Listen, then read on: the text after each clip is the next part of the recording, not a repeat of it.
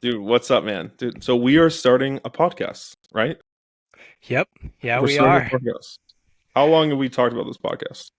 Oh, it's been in talks for a while. I mean, at least 6 months, I feel like. Yeah, Maybe a right. year.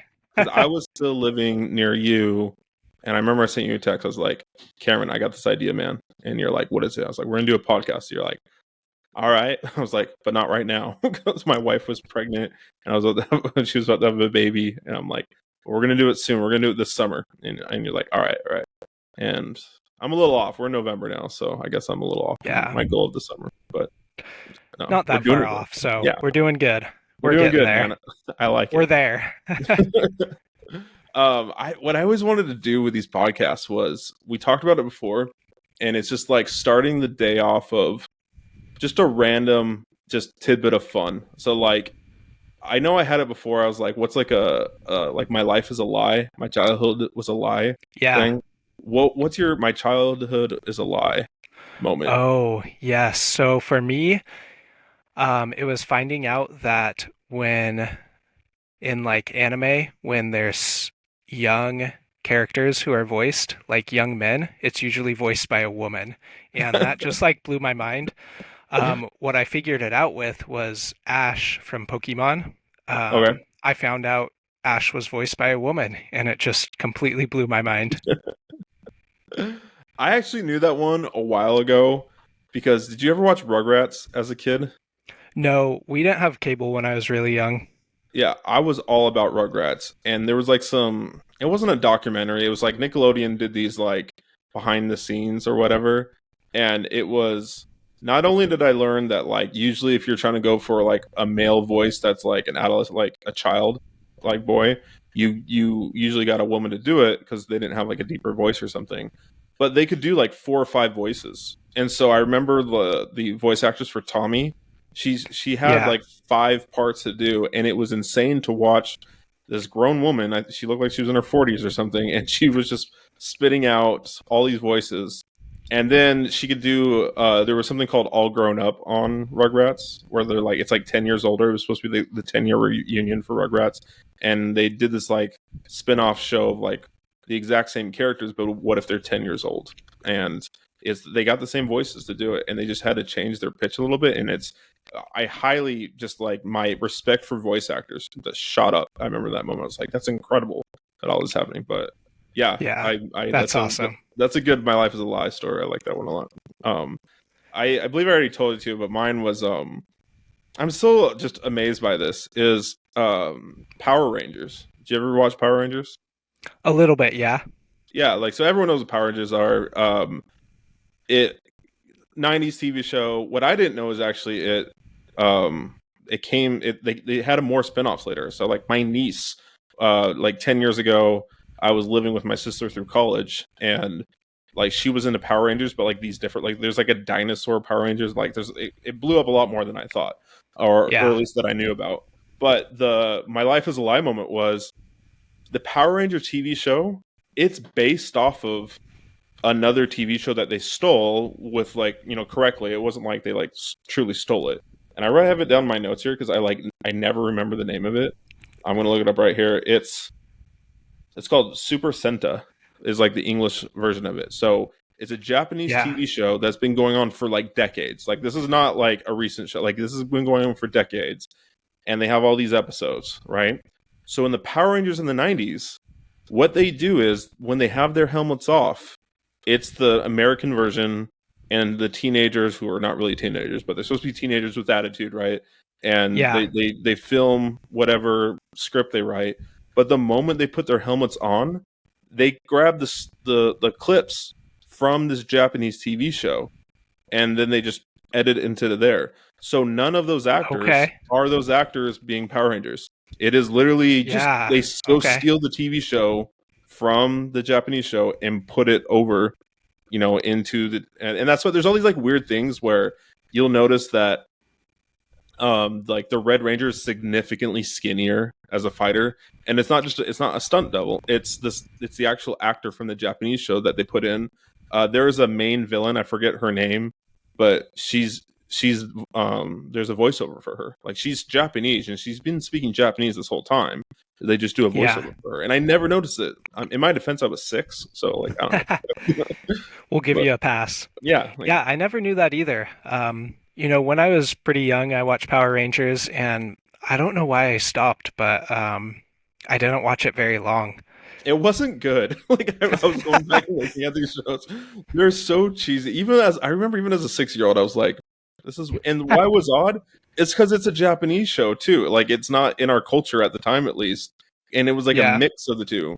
But like I found like all these like interesting things of like what the TV show in Japan would mail over all like the Power Ranger armor because there'd be times where they take their helmets off, but they had still their Power Ranger get up.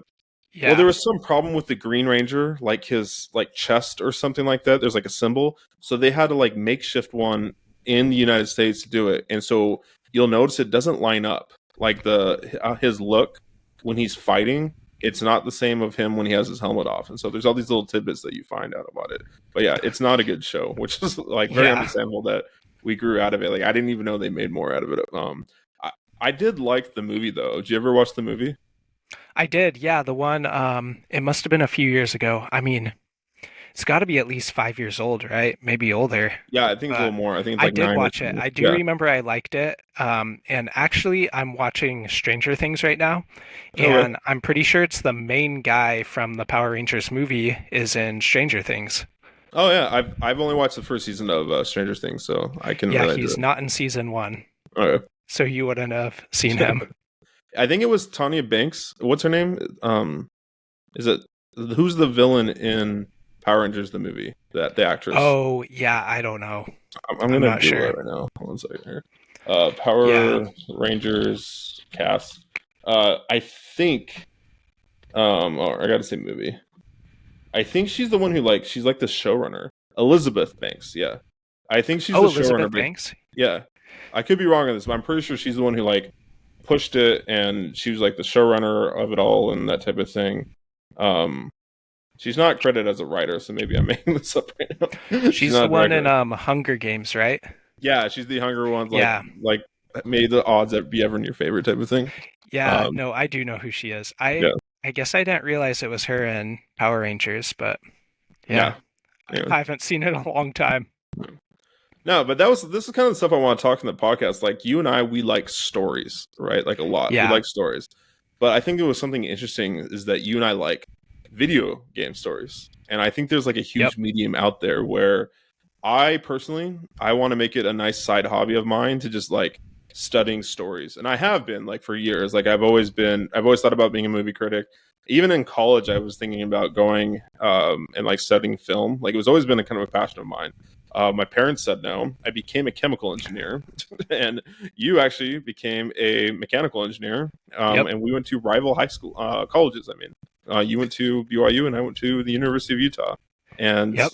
but you, correct me if I'm wrong, you never cared about the rivalry. Like you never, No. yeah, Yeah, I'm not a big sports guy. I know you're right, like huge into football, and yeah. that's where the big rivalry is, but I mean, I never even went to a football game during Uh, my time at college, so Now, college football is definitely a huge part of my life. And fun fact for you, your school beat my school just last week or this last weekend, and yes, my it dad did say something about that. yeah, it was a huge like controversy thing about like a holding call, and I had to turn off the TV and walk away. But but no, I've always been into stories, always been in film.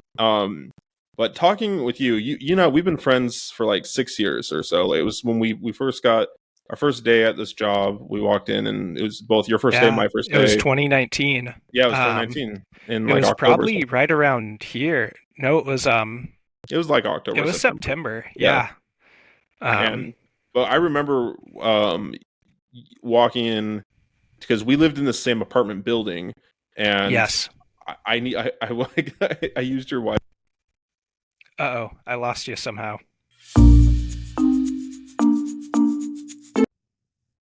All right, so had small audio difficulties. First time doing podcasting, so we're getting through this, man. I forgot what All we were talking good. about. I believe I was just explaining I wanted to study film, didn't. My parents had a different idea for me. I did chemical engineering. You did mechanical engineering. So we actually have very similar backgrounds, but I think we have a similar love for video game stories specifically. Would you Yes. agree with Yep. that? Oh yeah, definitely. What, if I may, what is your like history on video games? Like as a kid growing up, what was your console? Like what was like the history you had? Like every kid had a different path, but there was only like four or five paths, to choose from. Yeah. What was your path? Yeah, so when I must have been like 7 years old or something. We got a Nintendo 64 for Christmas, Nice. and that was my first video game system.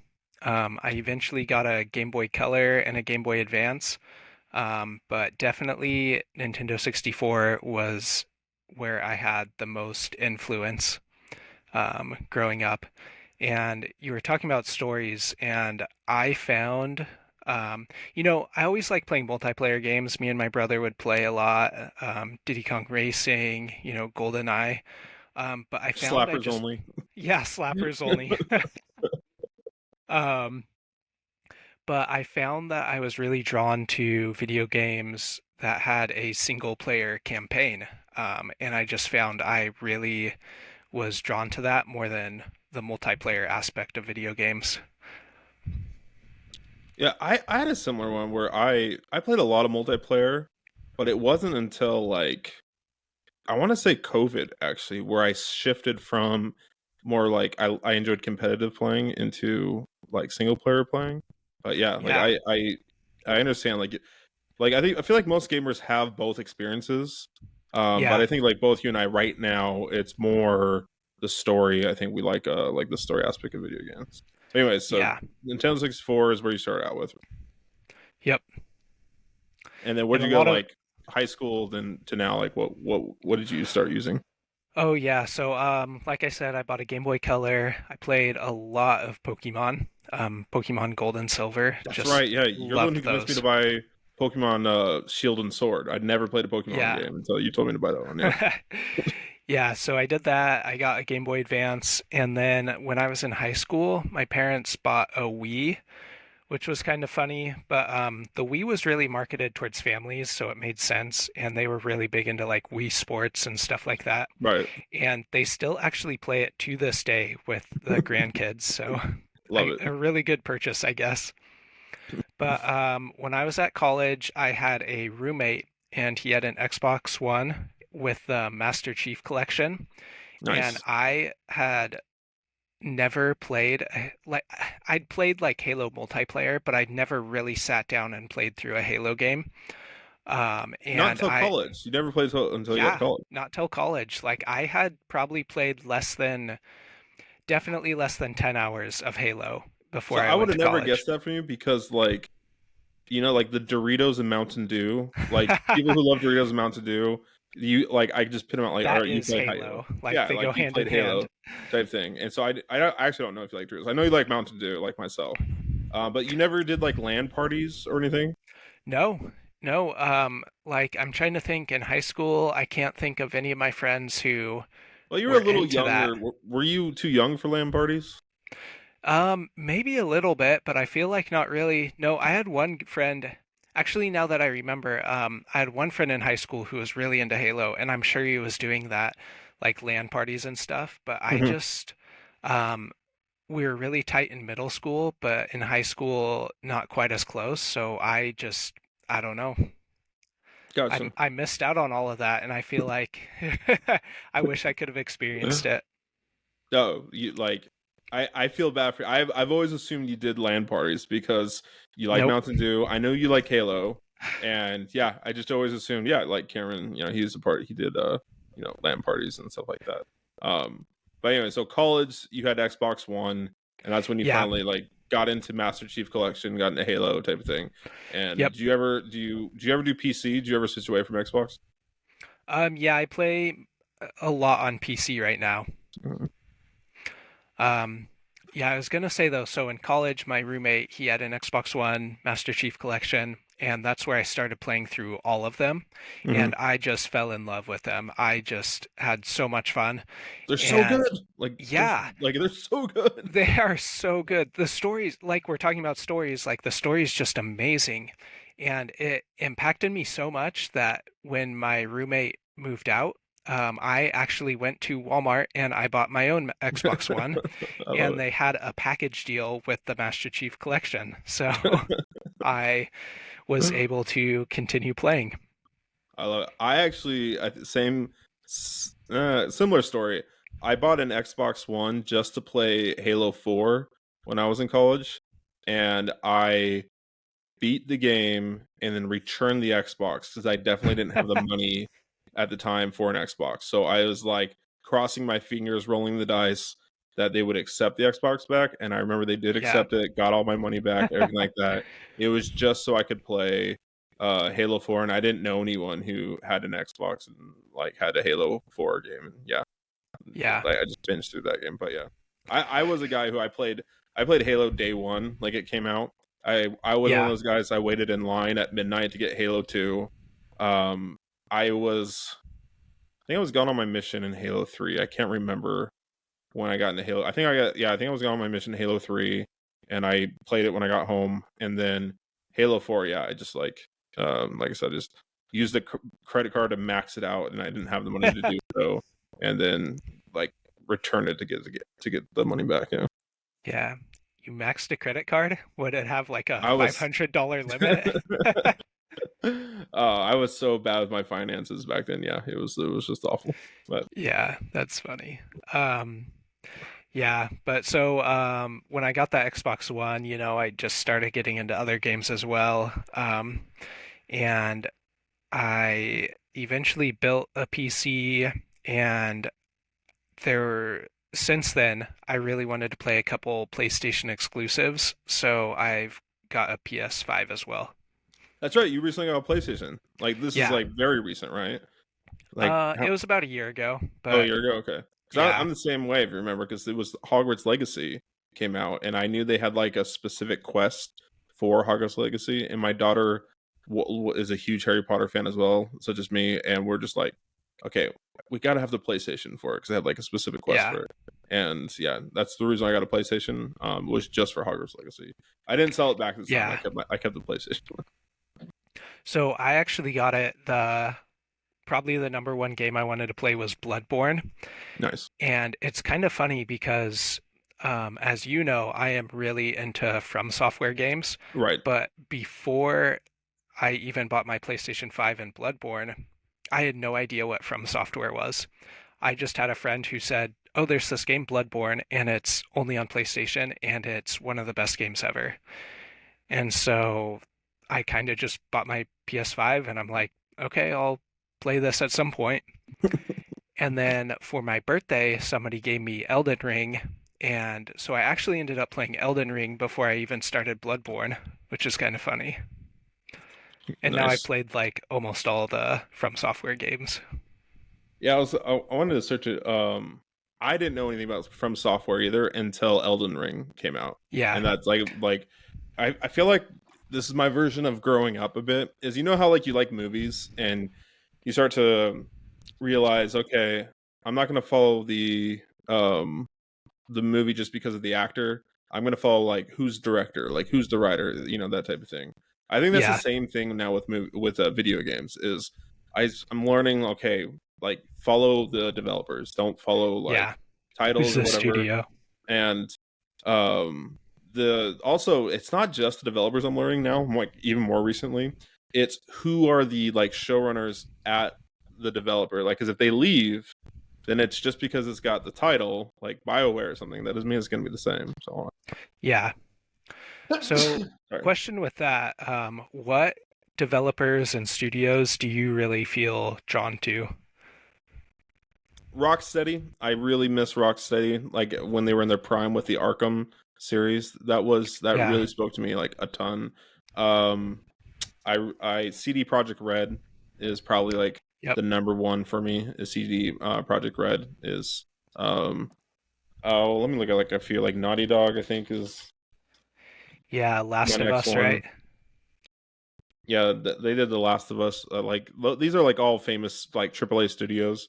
Oh, Yep. like embarrassing fact about me, I didn't know what AAA games meant until you and I got to our second job together. Like I had no idea, until like because we got into a tech job and I never had a tech job before, and someone was like, yeah, like I'm getting tired of AAA games. I'm like, I don't know what he's talking about. Like I don't know what like I'm old. This is only like 4 years ago or so where I'm just like, I don't know what a AAA game actually means, and so I had to Google it. And yeah, obviously it's a very general term for just huge developers with money that you expect a high quality game from. You know, like there's a lot of different definitions that people have for it, but yeah. Um, Let me like look up a few Yeah, other that's ones that funny. I'm not thinking of. I don't know when I figured out what AAA means, but probably in the last 5 years or so. Oh, Rockstar Games. I forgot Rockstar Games. That's the one that was the one I was trying to think Rockstar, of. that's Grand Theft Auto. Yeah, they do Grand Theft Auto and they do Red Dead Redemption, which is up there one of my favorite Yeah, games of all time is right, right. Red Red Dead Redemption 2 specifically. Yeah, yeah, I know. So like I've been talking about, I'm really big in From Software, but that's just recent. That's just been in like the last year. But Nice. I love them now. I played Demon Souls, Dark Souls 1 and 2, Elden Ring, and Bloodborne. But before that, I would say one of my favorite developers is Arcane, Yeah, and they are the Arcane's great. ones, yeah, they're the ones that did like Dishonored 1 and 2. Hmm. One of my favorite games of all time, Prey, Hmm. um, the 2017 game, not the old one. It's just phenomenal. They're really big. Their big thing is immersive sims, and that's Yeah, just, I love a good immersive sim. yeah. Um, And you need Other to play studios, those. I keep telling you to play them, I and know. one day I'll get you. Thank you. You know, there's other studios that like I just feel like we have to mention, like Insomniac. I forget why I am always neglecting them. Which by the, I think they're my number one. I said, you know, like there's other ones like from the Arkham series, but Insomniac games, in my opinion, they're just dominating like the PlayStation market. I think Insomniac, they're ones who they did Marvel Spider-Man, and then they have the Yeah, upcoming Wolverine video game that they're going to do. I think they're just the top of the top. But then there's also Larian Studios who did Baldur's Gate 3, and I never heard of Baldur's Gate like 2 or Divinity, whatever, all the games they've done until obviously like I was the guy who like everyone else were, you know, Baldur's Gate 3 was just getting so popular I had to check it out for myself.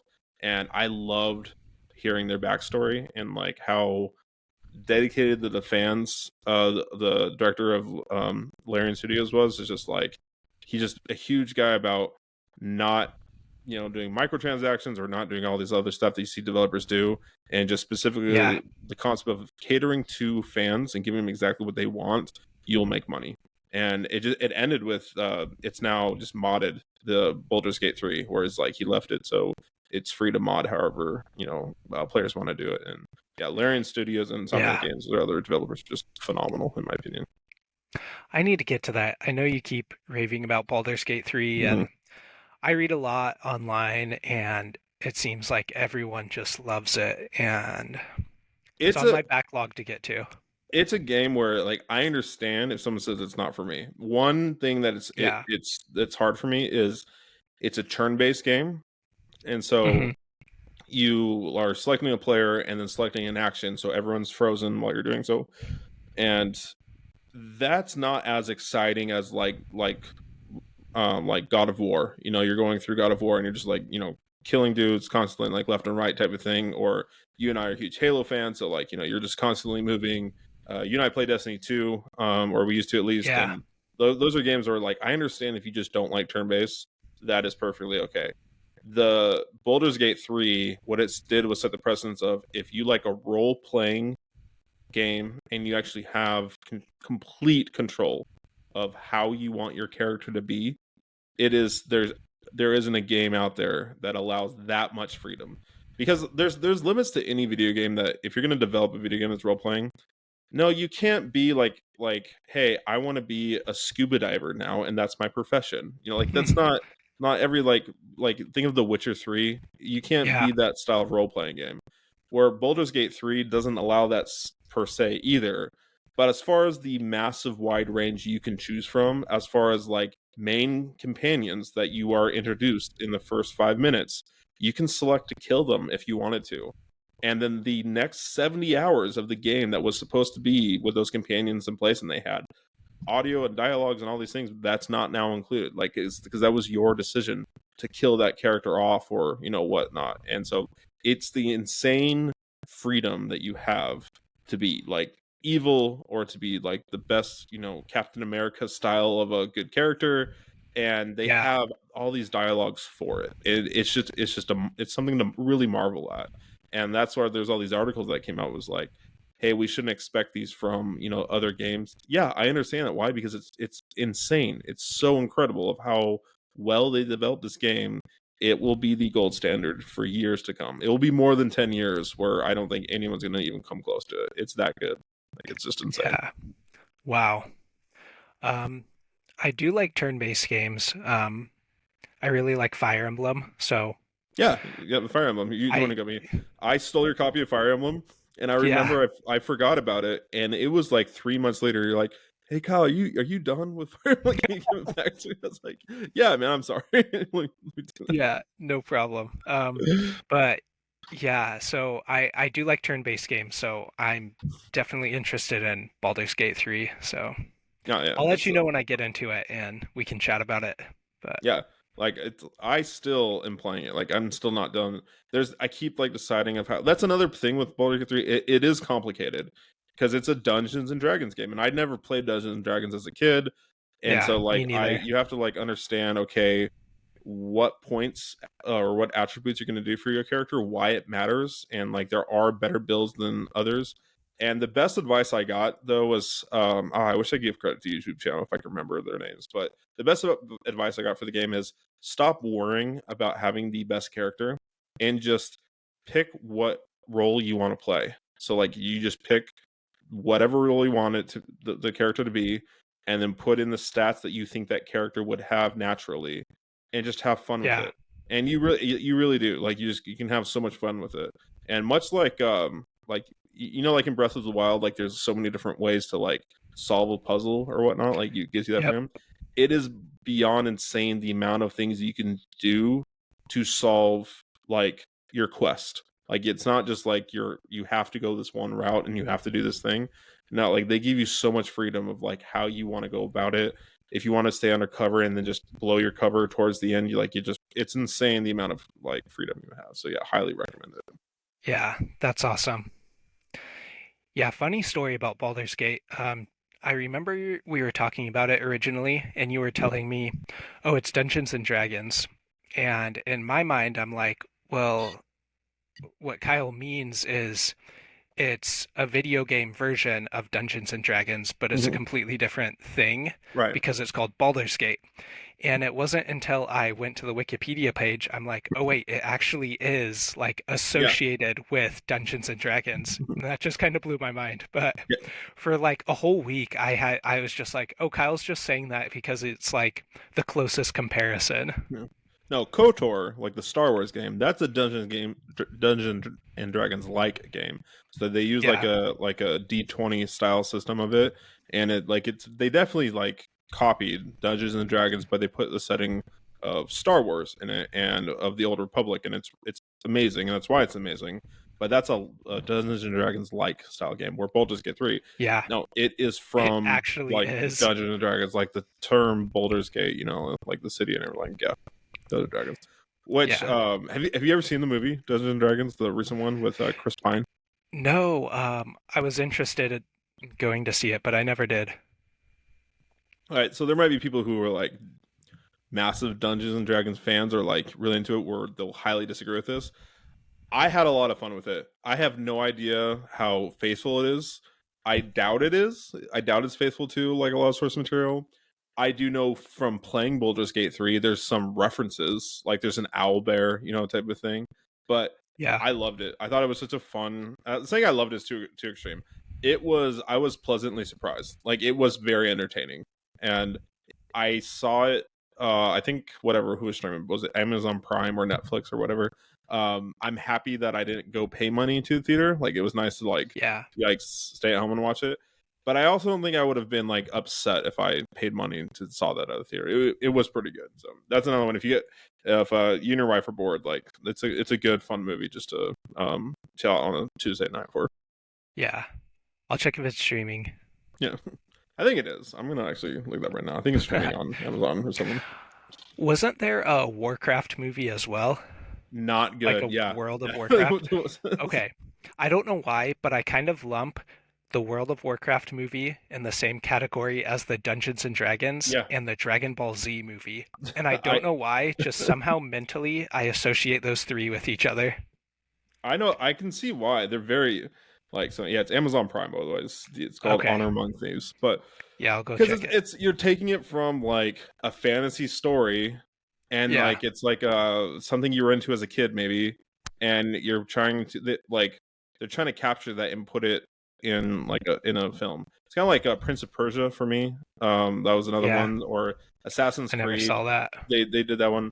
Awful. They're so bad movies. Like they're just terrible. Like Just bad video game adaptations. what I like that's a topic for another day. As you know, I'm very like opinionated on if you get the rights to do an adaptation, like there's right ways and there's wrong ways to do it. And I have my opinions of what's right and what's wrong on to do it. And I'm Yeah. like I'll just say it, like I'm gonna spoil like one of our next podcasts that I definitely want to talk about is the Halo series TV show is the most awful thing I've ever witnessed in my life when it comes to adaptation. In my opinion, and I know a lot of people are gonna disagree with this, my opinion, the Halo TV series adaptation is worse than the Airbender movie. That one back from like 2000 The and M. like Night 10. Shyamalan. Yeah. I Yeah. think that one it was at least more of a attempt to be closer to the source material than the Halo TV series was. Like I'm still mad about the Halo TV series like a lot. Yeah. Like it's Oh like it's one man. of those series I'm like, did no one raise their hand and be like, hey, maybe this isn't a good idea? Like, how about we stop taking the Master Chief's helmet off? You know, like maybe let's like someone's got to raise their hand and like make a comment about this. Just Okay, I gotta ask, did you yeah. watch it all the way through? Yeah, of course, you know me. I can't stop like when Yes. I things I hate, I still have to watch it. Like I have to like go through it and like complete it to get my full opinion on it. And it's not like I'm hoping it's going to change because I'm already mad and I'm already like you already screwed this up. But it's just like I can't not watch it because it is an IP really close to me and so it's like yeah, I have to watch it, type thing. Yeah, that's so funny. Yeah, Yeah. for the viewers, that's one thing that I always find so hilariously fascinating about Kyle is he will just decide he's going to do something and he'll just see it through no matter how much he regrets his Yeah. decision. I remember asking him once about the Halo books Yeah. because I read the first three Halo books and I thought they were, pretty good. And I asked Kyle and he's like, "Oh yeah, I'm on like book like 8 or 9." I'm like, "Oh really? Like they're pretty good then?" He's like, "No, it's No. awful. I don't like it." I'm like, maybe you should have stopped then." Yeah, what's the guy? His name's Fisher back for our last job. He was a huge Halo fan and I was asking about it and he loved it. He loved the books, everything like that type of thing. I'm like, I'm just struggling with some aspects here. And it was actually really interesting to talk to him about it because there's a whole background of like the transition from Bungie to 343 Studios where they give like the green light on so many more books, 343 Studios. And Yeah. one thing, little fun fact here, again, is the actually I'm going to ask you this. Let's see. I want to hear like your knowledge of Halo here. Yeah. Who are the humans in relation to Forerunners? Do you remember at all? Oh, yeah, this I don't know. I'm going to give you a Is this like spoil. a I'll give you a hint. This Prometheus is a trick alien question. thing? This is a trick Okay. question, actually. So there's a little hint. So who are the humans, or who are the Forerunners? I guess is a better way to say it, as it relates to the humans. Yeah, I don't know. Yeah. So why that's a trick question is because everything in Halo 1, 2, and 3 hints at and leads up to, and it doesn't flat out say the sentence, but everything is pointing to and like letting people know that the Forerunners were just humans, just older humans. Like there's no they're humans, and that's who the Forerunners were. Just from thousands of years ago, they don't really put a specific time. At least I don't remember, and that's who they are. Except in Halo 3, Microsoft gives the green light to if you remember, there's terminals in Halo 3. Like there's like these weird terminals that like you can like go and read up more of a story on type of thing. And in those terminals, they mention contradictory. One terminal says that hints more towards like, yeah, Forerunners are humans, and then another terminal mentions that they're two separate species. And And then there's this huge series that comes out, like a novel series that makes Guilty Spark, like the robot eye, that you see yep, in the library of the first one, that yeah, he was actually this human from like 100,000 years ago, and he's like trapped in like this like his essence basically got trapped into this robotic thing, and they made it very yeah, clear that Forerunner and humans are separate like species, and there's like a interesting. whole story behind that type thing. But when you read the books, it is so confusing because all the books leading up to that hint at that same thing, which is, if you remember in Halo 1 Combat Evolved, when Master Chief says it feels familiar, like when he first gets into the first Forerunner technology, he's going through a cliff and he goes Yes, I up to remember that. a ladder and he puts his hand on the panel, and they don't explain why, but he just says like, this feels familiar for some reason. And the Yeah, hint that Bungie was trying to do was, it's because it's human made and it's like in your DNA type of thing, and for all humans to like understand like this is natural for you type thing because humans made these type of thing. And yeah, that's it's just it's fascinating. it's just a weird thing where when they switched to 343 Studios, they greenlit a lot more projects. The Spartan 4 was a big part of the stories. I did like ODST, which was still Bungie, but I liked I did ODST. like that too. Yeah, Yeah, and so they continued those stories in a lot of these books. Bad Blood was a really good book, and you really follow the same characters from ODST. And I'm not gonna say I didn't like the books, but it was just, I remember googling, okay, what are the top 10 Halo books, and I already yeah, read them all, and I'm like, oh, okay, so it just gets worse from here type thing, and that was just kind of disappointing in that aspect. yeah, yeah. Like I said, I only read the first three, and I really liked them. The first one talks about how they Like Fall chose of the Reach, what are you saying? originals. Yeah, Yeah, the Fall of Reach. So yeah, that's where they like tell how they chose the Spartans, the training they went through. It gives right. all the backstory leading up to Halo 1 because Halo 1 really just drops you in the middle of a story and Mm-hmm. doesn't explain it. And it's kind of fun in that way, but it's also nice to go and read the book and see like, oh, this is where it all came from. Yep. Um, and so I really like that. The second book was basically just a retelling of Combat Evolved, and Yeah, so it's gives you a few more details, but it's like not that there was things of different. like one of the commanders or one of the lieutenants sold the humans out, thinking she would like save herself, so she sold out her squad, and that's how Captain Keyes got captured. And Captain Right. Keyes actually like kills the lieutenant. I don't know if she was a lieutenant, but she was like one of the Marines, and yeah, so they give a few additional side stories like that, but it's the same. Like you're not gaining really anything new from it. Yeah, it's just a retelling of the video game Combat Evolved. Yeah. Yeah, I really like the third one too, because that's everything after Halo Mm-hmm. 1, but before Halo 2. So there's Correct. always the mystery of like, oh, how'd Johnson get off the Halo? Yep. And so it that, and I found that pretty interesting. I liked it. Yeah. I that one was I feel like I learned a lot more about Dr. Halsey in that book, of like what was she after, these artifacts and things, and like um I think the big thing that you miss as a player of the video games was Blue Team. Well, like Linda and Kelly and all these guys, like Yep. you are thrown into the fire playing Halo 5 without ever knowing like, okay, there's other Spartans, really. Like you knew it from the video game Reach that there were other Spartans, but imagine if you only knew the video games and that was it, which is the majority of Halo fans.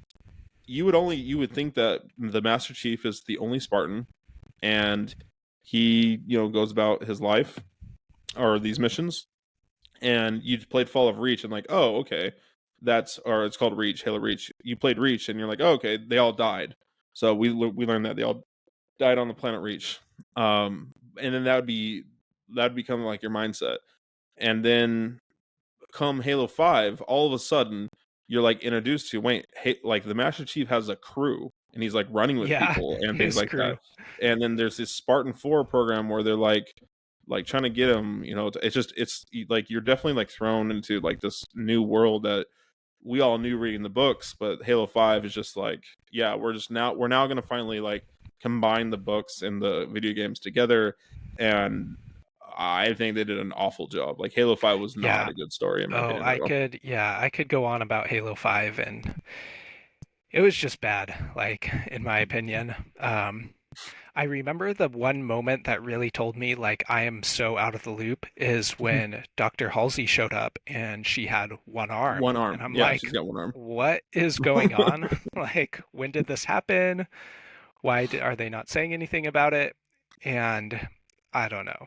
That was just the start of a long downhill. Like it's just I understand nods to fans of the book, which the comic Yeah. book movies that to like Marvel and DC when they make these movies, they give nods to fans. If you never read the comic books, then you wouldn't get it. I was actually just rewatching the Spider-Man movies with my daughter, and she's never seen the Tobey Maguire Spider-Man, so like the 2000 ones. Yeah. And Dr. Connors, who is his professor in Spider-Man 2, he's mentioned in Spider-Man 1, but it's because he just mentioned he got fired by him in Spider-Man 1. But in Spider-Man 2, he is a student, and Dr. Connors has one arm. I think this is why I thought of this. He's got one arm, and you don't. They don't reference it. They don't talk about it. They don't say why he has one arm. You just, if you've never read the comics or know anything about Spider-Man except for this movie, you would just be like, "Oh, okay, this is a professor with one arm. Who cares?" What you don't know is that's Dr. Connors, and that's really Killer Croc, who is spends his whole life trying to regrow back his arm and doesn't do so. So therefore, he like ends up having to grow. When I'm confusing DC and Marvel. It's Lizard. Like, what's Dr. Connor's name? Killer Croc is the Batman villain. Hold on a second. Um, Yeah, I don't know what his name is. Um, it's uh, I know who you're talking about though. yeah, it's what's his name? Is it Lizard? I think it's Lizard. Hold on. Yeah, it's called the Lizard. That's what it is. So yeah, so that's if you never um watched Spider-Man, you wouldn't know Dr. Connors is the Lizard, and he's got one arm the whole time, and so it's a nod to the fans, right? It's of comics. I get that. In a video game, though, you have a different medium, and you're like trying to follow along the story, and the fact that like you know who Dr. Halsey is, but the fact that all of a sudden she's got one arm now, you're like, hold on, no, like I knew who Dr. Halsey is. Like I've been following the story all along. You now like you guys skipped a part. Like what happened? Like why is her arm missing? Type thing. Yeah. And the only reference be like, oh, you got to read the books. Well, no one told me that. And I've been playing these video games up to Halo 5, and why can't I play Master Chief right now? Like this is annoying. That why am I like it sounds like Master Chief's going on these fun adventures, and I'm stuck with Locke in Osiris, Team Osiris, and I'm like I just missed the great adventure. As I show up, he's gone now. And it was a terrible storytelling in so many different aspects. And don't get me started on Cortana, but yeah, like it was just a terrible storytelling in so many different aspects of it. Yeah. Yeah. It made me feel going into Halo 5 like I missed a game. It's like, Yeah, okay, I exactly. And it played feels Halo like you 4. missed a spot. Yeah. Yeah. It's like, how did we get from 4 to 5? Which game did I miss? Oh, I 100. I think that's the best way to sum it up. Is Halo 5 makes it feel like you missed a game. Like there should have been a Halo Yeah. 4.5, or there's some spinoff that I didn't pick up at the same, because there's a lot that I missed, and they're like, no, you just jump into it. Which there are things that they do have, like if you remember, they had the YouTube's show or it was a I webisode. never saw that. Yeah, I watched them, and it showed Locke and like with the Osiris team and whatever, but it didn't add to the video game. It just introduced the character, and that was it. It's the same actor who played Luke Cage in the.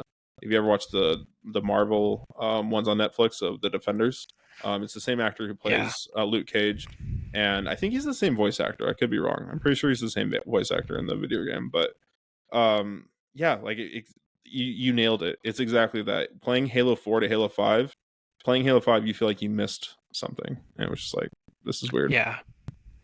Yeah. Speaking of which, going back to stories and things like that, for you, any video game you ever played, what's the one that you're like, this is the best protagonist I've ever had, like the best protagonist I want to follow. So, but I'm gonna put a few like rules to this like Yeah. list that you give. It can't be a protagonist from another adaptation. So like it can't be like a movie and they adapted it. So like Batman, right? If you played like from I told Yeah. you one of my favorite games of all time is the Arkham series. And so for me to say, yeah, my favorite protagonist is Batman, well, yeah, like that's been well established in other mediums, right? So what's like a protagonist or that came from originally from that game that you are like, this is my favorite protagonist of all time? Yeah, so you know that I love horror gaming, and Yes. so I just have to go with the classic and say Leon Kennedy. Just the most iconic That from me. Resident Evil. Yep, Resident Evil. So Mm-hmm. the first game I played with him was Resident Evil 4, the Mm-hmm. original. But he's also in Resident Evil 2, 6, um, the remake of 4, remake of 2. And I just really think he's just like my favorite protagonist. He just does everything's just perfect. What like is he funny? Is he like serious? And he's like what's how would you describe? I've never played the Resident Evil Yes, games like ever. all of the above. Yeah, Yeah. I mean, in Resident Evil 4, he's just like Resident Evil 4 is known for just like lots of cheesy lines, and it's just hilarious. Like he is just so funny. He's basically like I mean, think like a Tom Cruise Mission Impossible. He's kind of Mhm. like that kind of vibe in a way, I would say. He's just kind of like a super, not like a superhero, but like, um, he's like more than the average human. Right. But he doesn't have any powers. It's like it's No, not like no there's nothing powers. special in there. And is when you say the lines are sometimes corny, but he's so funny, is it because they're so bad, that's why they're funny? Or is it just you appreciate it, kind of like Captain America? You're just like, Yeah, yeah, like it's corny line, but I like this guy. no, they're corny because they're like bad. They don't really make sense sometimes. I mean, these games, especially up to Resident Evil 4 and 5, like they're Japanese, made by a Japanese studio, and especially in the early ones, they before the series got really big, um, they didn't always do the best translations, and so they have just like very bizarre lines. Um, and Resident Evil 4, like Leon just he gets it so good. He's just got all these good lines. I'm trying to think of some good ones. Man, we should just pull up a compilation at some point and just show them. But Great lines.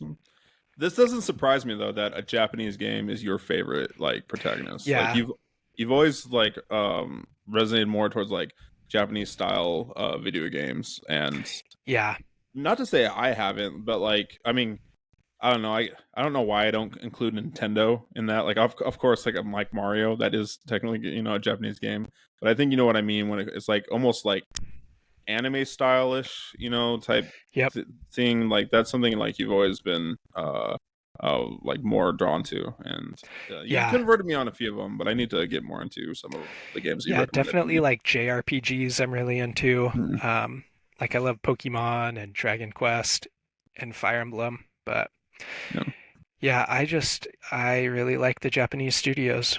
yeah.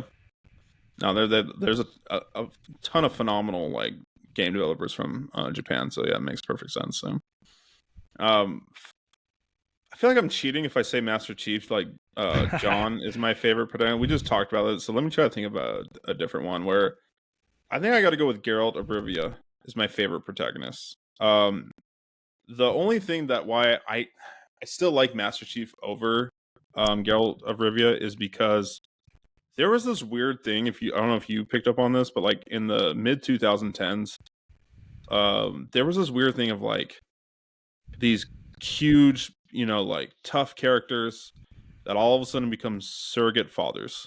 So like think of The Last of Us, right? Where you've got Yeah, like just wasn't his daughter, but just like becomes, like the surrogate father type thing. Geralt of Rivia was the same thing. He's the surrogate father of Ciri. Like he's just I don't know why this just became this popular thing, and then the Mandalorian capitalized on it, right? Like it's just yeah, instead of a girl this time, it's Grogu. Baby Yoda. Yeah, Yoda. I think Man on Fire with Denzel Washington was the first in case I the first like popular film I feel like really started this was Man on Fire from Denzel Washington doing this with I think it's Dakota Fanning is the actress. But yeah, there was a lot of stories in video games where it's like you're a tough guy or whatever and you kill dudes, but there's this little creature that needs your protection, you know. So Grogu, or it's a boy or it's a girl that you have to go protect and type thing. And so, and The Witcher was no different. Yeah. I love The Witcher though a lot. I have now. I didn't want to be that guy who has only played The Witcher 3, so I've started The Witcher. I finished the I forgot the name of it. It's not Gwent, but there's a single player Gwent game called Thronebreaker. Thronebreaker. Yeah, I always try to get Yeah. you into it. I finished that one. I love Thronebreaker. I thought it was a phenomenal story because I read all the books and there's a part in the story where they're all together and they have a meeting and then they separate out, and they don't mention in the books like what occurred to all these other kingdoms because they follow this one. Well, Thronebreaker is like following this other kingdom and like what was her journey as a queen, you know, like conquering her and like defending her kingdom and that type of thing. And Thronebreaker was really good. I really like Thronebreaker. There's like a board game that I bought on Steam. Haven't played it yet. I haven't played that one. But I'm missing Witcher 1 and 2. I bought them, but I'm a little bit. Yeah. I started Witcher 1, and I actually played a little bit of Witcher 2 just to see like how the graphics were. But I also know they're doing remakes, so it's like, gosh, do I just wait and like wait for the full remake to comes out? So that's where I'm a little undecided if I should continue on it. But Geralt of Rivia, yeah, he's got to be up there as one of my favorite protagonists as well. Yeah. Yeah, sometimes it's tough going back to those older video games, like Witcher 1 and 2. So, especially when you started with Witcher 3, I know Yeah, what you mean where it's like, let's see if I can make it through this. I tried that once. I was trying to play Morrowind, I think, and I was like, this would have been awesome as a kid, but I don't I know what's just can. Morrowind. I'm not. I've looked It's on one that. of the Elder Scrolls games. I Oh, think it okay. was Elder Scrolls 3. And I'm like, as a kid, this would have been my favorite game, and I cannot get into it in the year 2024. So I have bad confession, as you know, like so. Our buddy Zach is massively into Elder Scrolls. Remember, he brought Yeah, over what console did he bring out? He brought over his console just to show us how like dominant he's been on Elder Scrolls. Like he just played it yeah, so much, and I have never played it once. The only thing I've ever gotten like witness to in Elder Scrolls is when Zach came over to my apartment and played with us, and just showed how like much he's dominated Elder Scrolls, and which makes zero sense why I've never played it because it's right up my alley. I like fantasy. I like yeah, I don't want to say I actually like open world. I used to like open world, but I think it was just I like The Witcher 3 because I've tried a lot of open other world games. The Witcher 3 and Breath of the Wild are really the only two open world games where I'm just like, man, that's not true. I like Red Dead Redemption 2, and I think that should be an open world game. But there's I feel like there was like a huge just burst of like everyone wants to do open world because The Witcher 3 did so well. And yeah. I was like, this game shouldn't have been open world.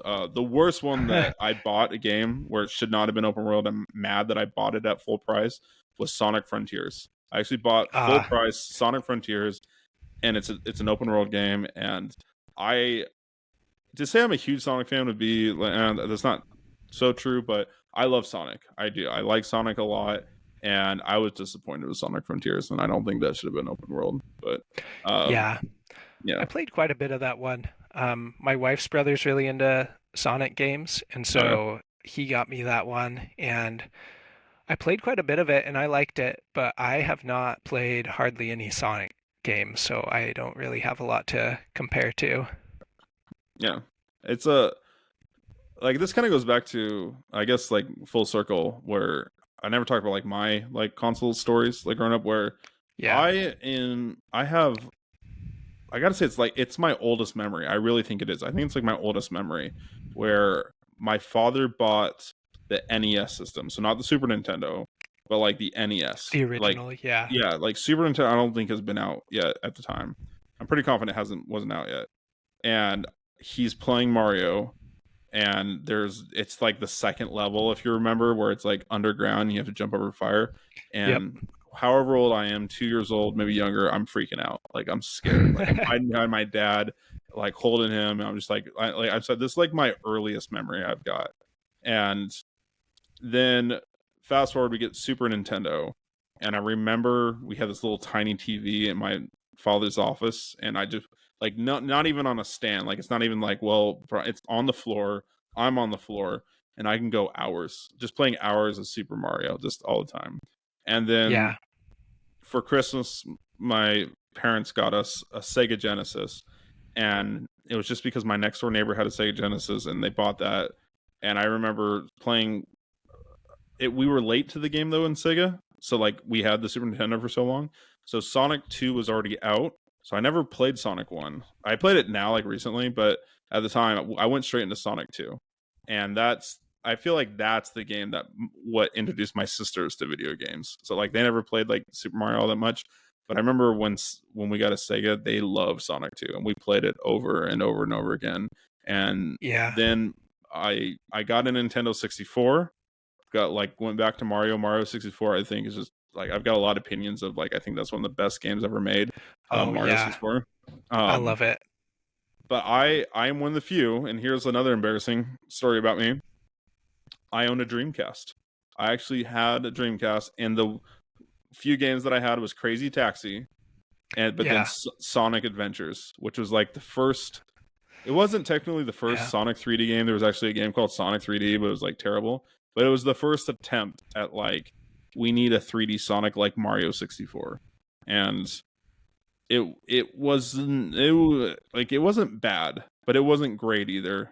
And like they definitely got in better ones. Like Sonic Origins was much better, but it Yeah. started like the first aspect of storytelling when it came to Sonic in a video game. Because the games prior to Sonic, it was just like, what did you know about him? Like, he's got kind of an attitude. Like if you don't move him, he'll like tap his foot on the ground and like look at his watch, right? And for some reason there's like bunnies and squirrels that he's saving every time like he finishes a level. Yeah, I've never played these, so I don't know. Yeah, This no, is it's new to insane. You me. gotta YouTube like Sonic is it's a competitor, like the story though, like it's a competitor Yeah. to Mario.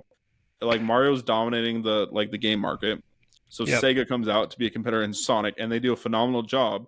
Doesn't reach the heights of Mario, but it still is just like beyond phenomenal. But it's the same game. It's you're moving towards in a 2D world, trying to jump over things to not fall through pits or whatever and Yes. die. Yeah. Sonic puts a different twist to it, or should I say spin, for pun intended, where a lot more like vertical, like spinning up towards up hills and things like that, where you didn't really have to do that in Mario. So they made it cooler, basically. They just made a Mario version just cooler. And why they chose a hedgehog and to be blue, no idea, but they made it cooler. But there was no like story though to it. It was just simply there's this guy Robotnik at the end, and he for some reason keeps having these squirrels and rabbits trapped. And every time you completed a stage, you would jump on this yellow button with like a canister, and it lets all these little animals out.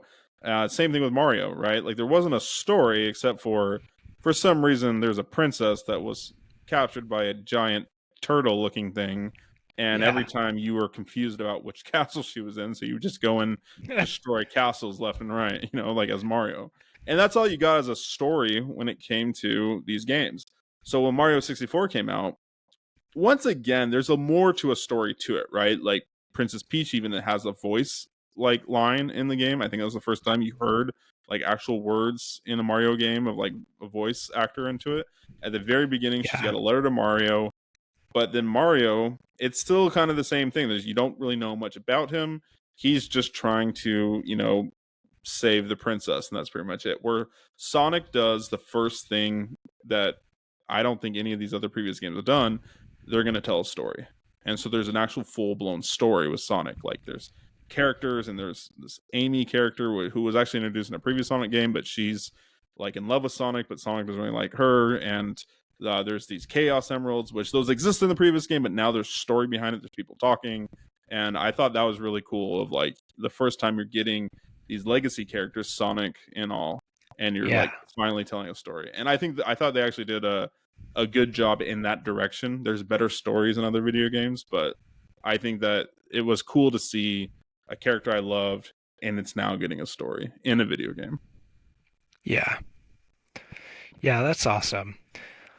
I really should go back and play those Sonic games because I hear only good things about them. And I love the movies, so. No, they're not all good. There's a lot of bad. I can tell you a lot of bad stuff out there, like especially the 3D Oh, well, I Sonic. And hear a there's lot from my wife's brother, so yeah. he has good things to say about No, them. I don't have a lot of negative things except for Sonic Frontiers. I didn't love it. I hated Sonic what I forgot Sonic Forces. Yeah, that's what it was. Because were you with us? I can't remember if you were. It was we went with Boston to go see the first Sonic movie. Yeah, I was Yeah, there. that's right. Yeah, we went. We all went to see the first Sonic movie. The moment we got done, I went to my apartment and I downloaded Sonic Forces because that was the game at the time, and I played. I was like, this is the dumbest thing. Like I hated it so much. Like I hate Sonic Forces so bad. But like googling it around, I found like a lot of people share my sentiment towards it because there's so many The just movie marketing worked. yes, like there's just better video games out there, and there's a new Sonic game which I haven't played it. I want to play. It's Shadow Origins. So it's supposed to be like a kind of like a sequel to the Sonic Origins, which is a really I think that's my favorite Sonic 3D game was Sonic Origins. It was really good. Yeah. But the 2D game's really good. If you want like an easy like get into 2D version, if you can find Sonic Origins, I think it's on Steam. That would be a good. I think that's actually a good place to start if you don't feel like doing like the Origins. 2D games. Sonic Adventure is actually the first, like I said, the story. So if you really want to start Sonic Adventure, that was the game I was talking about on the Dreamcast, and then there's Sonic Adventure 2, which they introduced Shadow, and then there's a long series of like Sonic video games, and there's Sonic Colors. You can go pick that one. I actually did just buy a recent Sonic games. I'm mad I did. It was on sale, and I'm still mad I bought it. It was called Sonic Superstars. Yeah, Yeah. it's really bad. It's a 2D. It's the latest I'll 2D avoid Sonic that game. one. It's really bad. Like it's not good at all. But yeah, Yeah. there's I don't know. I can give you some tips on which Sonic's ones to start with, but Sonic Origins, I don't think that's a bad place to start. To be honest, like it's you don't miss Yeah. anything. That what they do is they combine 2D and 3D Sonic together, and they actually make 2D and 3D Sonic like as if they're separate worlds, like it's a multiverse thing. And so you see like a shorter, fatter Sonic and like the longer, skinnier 3D Sonic. Yeah, I've got it pulled up. I'll take a look at that. Yeah. But anyways, this was our first podcast, man. Just I Yeah, like this we did idea. it. Just want us. We'll probably do this once a week, just talking about random stuff that we like. Other plans I have. Again, I'm really bad at dates of when things will be accomplished, but I want to get a website up and just do some reviews on stuff and games we have. I think the ultimate goal I would love to do is help people out is finding new things they didn't know they would like. You know, like finding like new genres or new like aspects. Like because you were the person who really, it was you and Connor, but you had a big aspect to it where you guys really got me into Breath of the Wild, like with Zelda. I've never played a Yes. Zelda game Yeah. ever. If you remember, I came home almost the same thing I was going to do with the Xbox in college. I had this weird itch to play Mario, the latest Mario game, so I bought a Nintendo Switch, got Mario Galaxies. Is that what it's called? Or no, Mario Odyssey. Played it for 4 days, Yeah. beat it, and I was just like, man, that was a big waste of $400. Like, I don't want to like. And so I was like, I'm Let going me to take it return it. back. And then you and Connor are just like, no, you got to get like Mario, like Smash Brothers. I was like, yeah, like I've seen that. Sure, I guess I can get Smash Brothers. And then you guys like, well, no, you got to get Breath of the Wild. And it took me like 4 tries to get into Breath of the Wild. I didn't like it when I first played it, and then today it is the best open world game. I think it's the best as far as exploration, Yeah. caring to go to other places. So I really liked your recommendation. It's what I really want to do for other people too, is just finding new mediums of stories and games that you really might like to play, and just helping people find out like, hey, maybe you didn't know about this, but maybe this is something to get into. I think that'd be a lot of fun to do. Yeah. Yeah, I'm very excited about it. Yeah, man.